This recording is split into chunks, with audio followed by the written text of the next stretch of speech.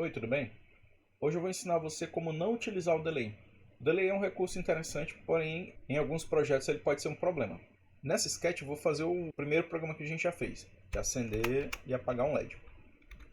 LED da porta 13.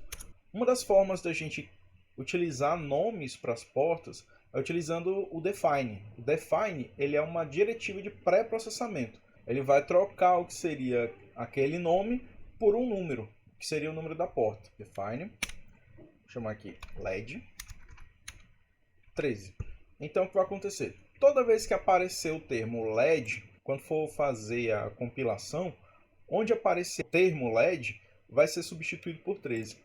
A vantagem de usar isso aqui é que você não consome memória RAM do Arduino. Por quê? Não é uma variável. Isso é feito no pré-processamento. Então isso só aparece para a gente, para o programador. Quando a gente cria uma constante, como eu fiz na aula anterior, seria isso aqui, eu estou utilizando um pedacinho da memória RAM. Isso aqui é um espaço em memória que foi reservado para guardar o valor 13. Então, dessa maneira, eu estou utilizando memória RAM só para dar o nome de uma variável. Então, não é interessante. Melhor, né, para o Arduino, a gente utilizar define.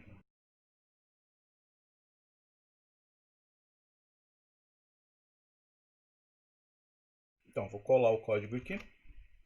Vou iniciar a simulação. Ok, funcionou. Então, aqui o LED acende, LED apaga. E assim vai. O problema de utilizar o delay é que ele literalmente congela tudo. Nada acontece quando o delay está ativo, com exceção de interrupções, o que é um problema. Se você precisar fazer a leitura de um outro sensor, ou de mais de um sensor, né? O Arduino Uno, por exemplo, só tem uma porta de interrupção. E se o valor dessa leitura for uma coisa importante, né, de reagir, então se tiver o delay ativo nesse momento, ou no momento em que esse sensor for ativado, então você vai perder a leitura desse sensor, se não for uma interrupção. Para robótica, por exemplo, um seguidor de linha ou alguma coisa semelhante, ele tem que reagir imediato, então não pode ter delay. Então, uma forma de não utilizar o delay, porém utilizar uma contagem de tempo, é chamando o millis. Olha, o tempo anterior.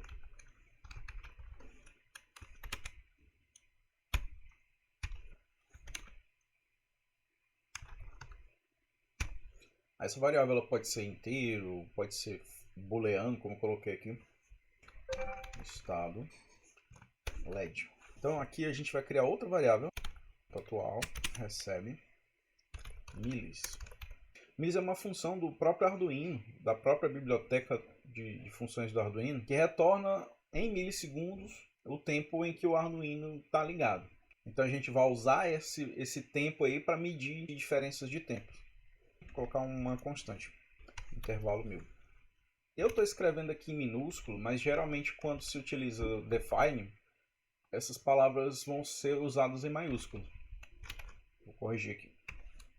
É uma convenção. Pronto. Bom, agora aqui a variável tempo atual, ela vai conter o valor em milissegundos desde que o Arduino foi ligado. E aí a gente vai fazer uma comparação com outra variável, que no caso é o tempo anterior. Se tempo atual menos tempo anterior for maior ou igual a intervalo, aí a gente faz o estado do LED alterar.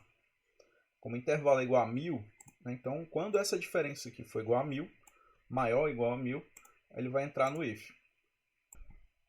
Bloco do if. Estado LED recebe não estado LED. Tempo anterior recebe tempo atual. Vou diminuir o intervalo para ser mais rápido no simulador. Vou colocar 200. Iniciar a simulação. 200 acende o LED. 400 apaga o LED.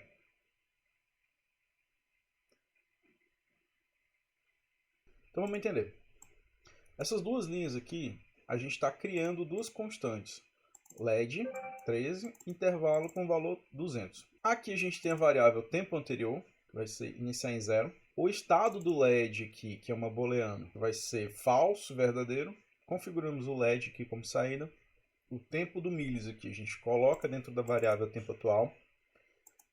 Tempo atual menos o tempo anterior, se essa diferença aqui for maior ou igual ao intervalo, ele vai entrar no if. A variável tempo anterior é atualizada, para que da próxima vez, o próximo loop, a gente consiga medir esse mesmo intervalo, a mesma diferença. A variável estado LED recebe ela invertida. Isso aqui é o não lógico. Se estado LED é falso, não falso é verdadeiro. Então estado LED recebe verdadeiro. E aí a gente grava esse estado aqui no LED. Para demonstrar o funcionamento disso aqui, eu vou colocar mais um LED e mostrar que eles vão acender e apagar em intervalos diferentes. Um não vai esperar o outro. Eu tive que adicionar mais algumas linhas para acrescentar um novo LED. Coloquei aqui então a linha 2, está aqui define LED 2 12, que é a porta. Um intervalo para esse LED 2 acender e apagar com 150. O tempo anterior 2, porque eu vou ter que controlar dois tempos, um para cada LED.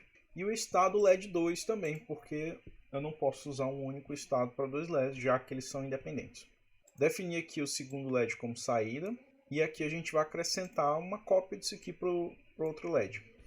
Copiar e colar. Só alterar aqui. Tempo anterior 2. Intervalo 2. Tempo anterior 2. Estado LED 2. E LED 2. Estado LED 2. Pronto. Iniciar a simulação.